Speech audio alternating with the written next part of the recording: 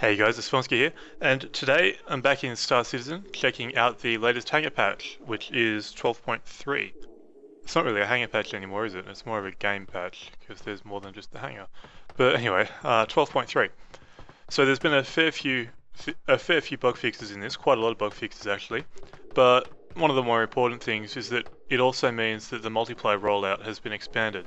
So there are now 20,000 people who can get into Arena Commander multiplayer. So if you backed the game pretty early on and your citizen number is, well, less than 20,000 I guess, then you probably have multiplayer access. For the rest of us, we just have to wait. I'm around 200,000, so yeah, it could be another couple of weeks until I get in multiplayer. But anyway, so that's one thing.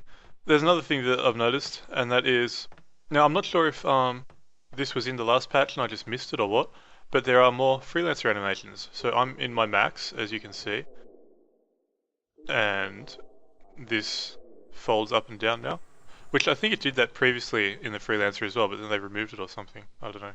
It's a bit fiddly. You gotta get there we go, right in the right place. That's cool. We can finally get into these beds. The animation's a little bit buggy, but yeah, it's cool. Just have a bit of a sleep. You can get into the top bunks as well. I'm not going to show that because it's basically the same animation, just a little bit different. We can get into these chairs as well. Nothing particularly interesting. There, you can't really move around once you sit in them or anything like that. You can't control anything, at least not yet. But anyway, so there's that. Apparently they have smoothed out the control animations. So what I mean is, like, previously when you sat in a ship, in the ship's cockpit, and you moved the controls around, it would be a bit jerky. Apparently now it's fairly smooth. So that's just a little touch. One of those things that you kind of notice but don't pay a lot of attention to, at least for me. And one of the big things is, a lot of you guys would know, who have tried to customize your loadouts, if you remove the Gatling guns from the Hornet and put them back on, they would no longer work because there'll be a bug where they wouldn't have any ammo. So this has been fixed. So if I drag the Hornet in here, you'll see we actually have 20mm tungsten ammo boxes, and this is the ammo that the Hornet uses. So I can't work out how to zoom in on this. I don't think you can yet, but you can see there, these Gatlings have ammunition loaded into them. So if I remove them, so let's put the Gatlings on the 300i, and then we'll load them up with ammo. There we go. I'll just put them on the wings. I don't see why you'd ever actually do this with your own loadouts, at least not until the Omniskies are nerfed, because I'd imagine they will be nerfed at some point. They're pretty powerful. So I think we can put 2 ammo boxes in. It's a real fiddly system, this. There we go. So it's just like loading missiles into the missile racks. So that should be cool. Now our 300i has Gatlings. So there you go. So that's one pretty cool fix. That's a bug that's been causing issues for a fair few people. So that's a nice one.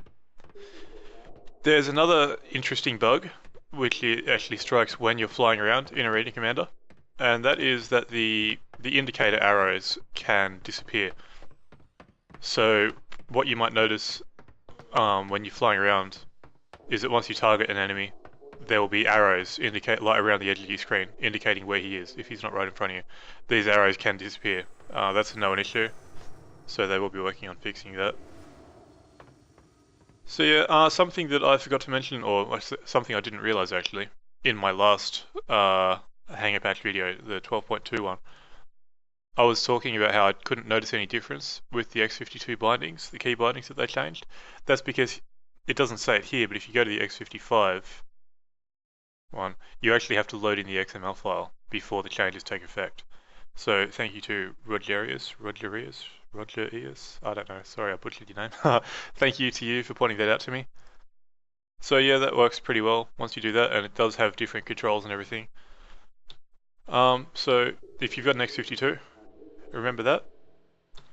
You can now access the Arena Commander menu from the options menu, which is interesting. And I guess it gives you a new interface here as well, so ship selection, let's go 300i. Still no Spectrum match because I'm a lowly 200,000. Yeah. So that's interesting. Let's not do this for now. So this new little menu works pretty well. So there are other bugs. Sometimes you can get a black screen when you're loading into Arena Commander. That's another known issue. I think a lot of people who have tried to use SLI or Crossfire know that that doesn't work particularly well right now. Again, another issue. I mean, this is all stuff that will be fixed up eventually. Look at my sexy Freelancer. But there are so many other bug fixes that I'm not going to go through and list them all. Otherwise it'll just be me reading out bug fixes for like half an hour or something. So go check out the Star Citizen or Robert Space Industries website. There's a patch update article up on there, which has all of the fixes and everything on there.